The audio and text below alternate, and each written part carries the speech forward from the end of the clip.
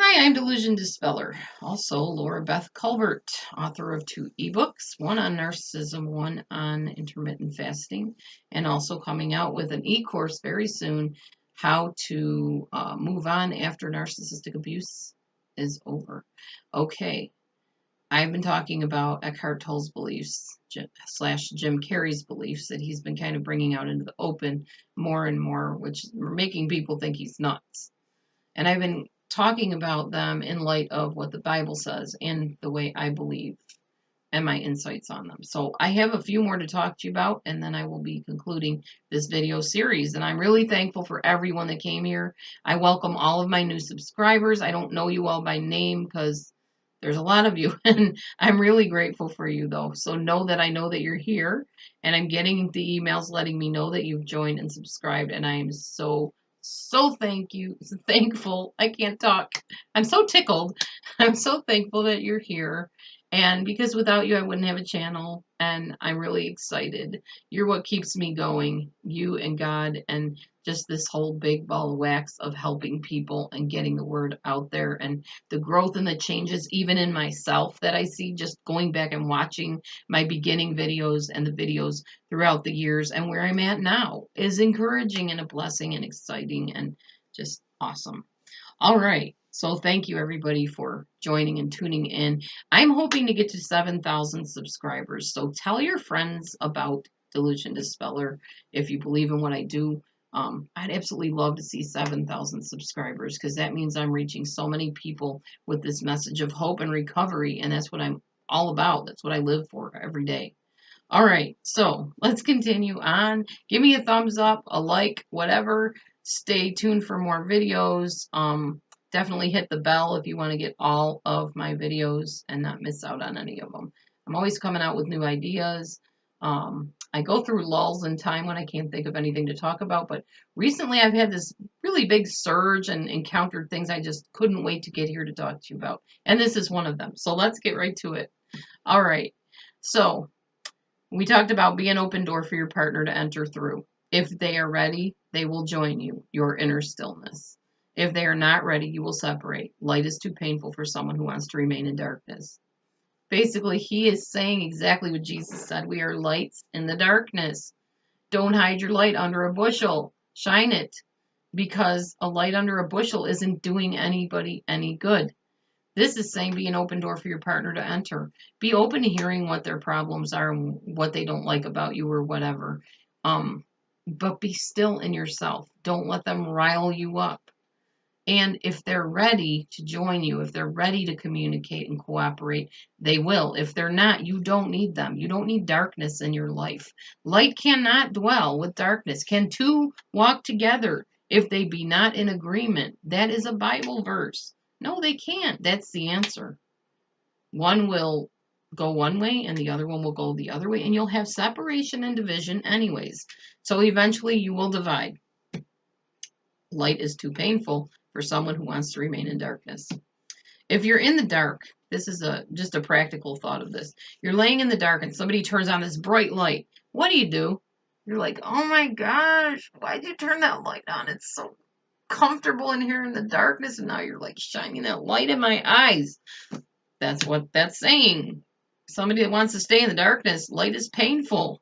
So we're talking about life darkness, obviously, but same idea. You get what I'm talking about. All right.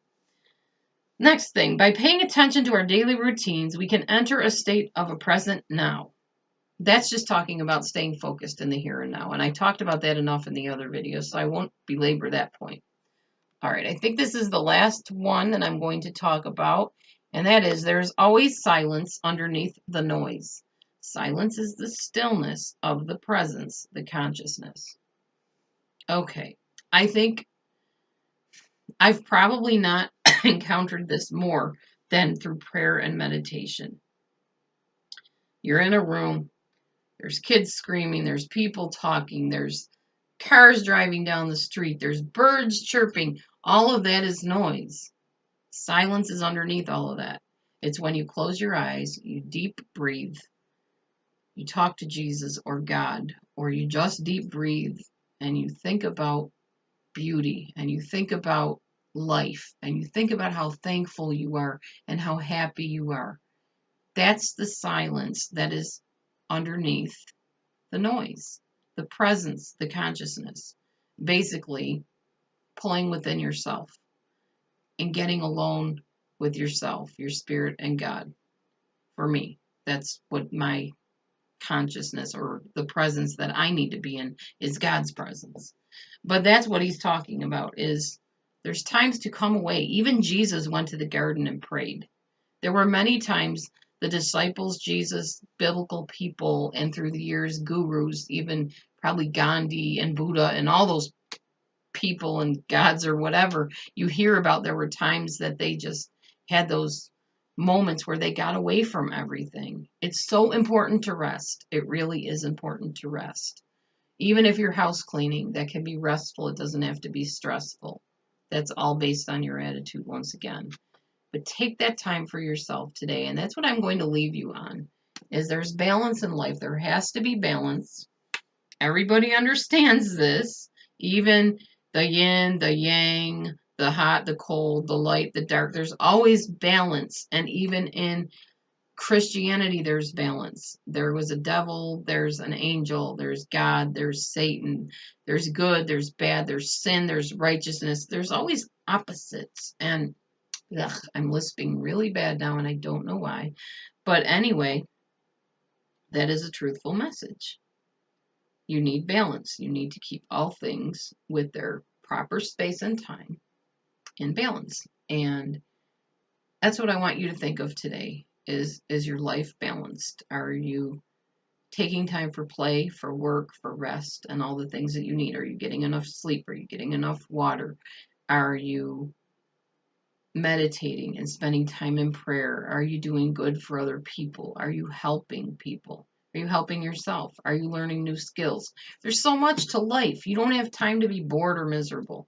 You just need to find what your niche is, find that balance and what's true for you and beautiful for you, and just do it. Anyway, I am DelusionDispeller, and it has been a blessing and a privilege and an honor to bring you this series because I think there's really something special about it. What did this have to do with Jim Carrey? Absolutely everything. Because I think Jim is finally realizing that this caricature that people have portrayed him as, this person everybody has come in droves to see, is just one facet of the big thing that he really is, which is a creation of God, God's son. Now, does he know that? Probably not yet. I don't think he's come to the realization that this has anything to do with God or Christianity or the Bible or any of those beliefs. But he is calmer in his mind, realizing that everything is not dependent on his performance. I believe he's come out of that performance anxiety, depression that he was in, and he's starting to realize what really matters is just enjoying the journey, even though he's going about it in a very different way than many of us would go about it. The fact is he's no longer feeling like a puppet or like somebody that someone created that has to do a certain thing or behave a certain way. And I think that's great for Jim Carrey. So I do pray that he finds the full truth, definitely. But it's really been awesome sharing these things with you. I'm glad I have somebody to share it with. It's nice being able to make videos and hear from you. Please do comment. If you haven't ever commented to me, I won't bite your head off or anything. I'm pretty easygoing. I'd love to hear from you. So on that note, eyes wide open, moving forward. And until next time, I will see you soon. Blessings to everybody. Bye for now.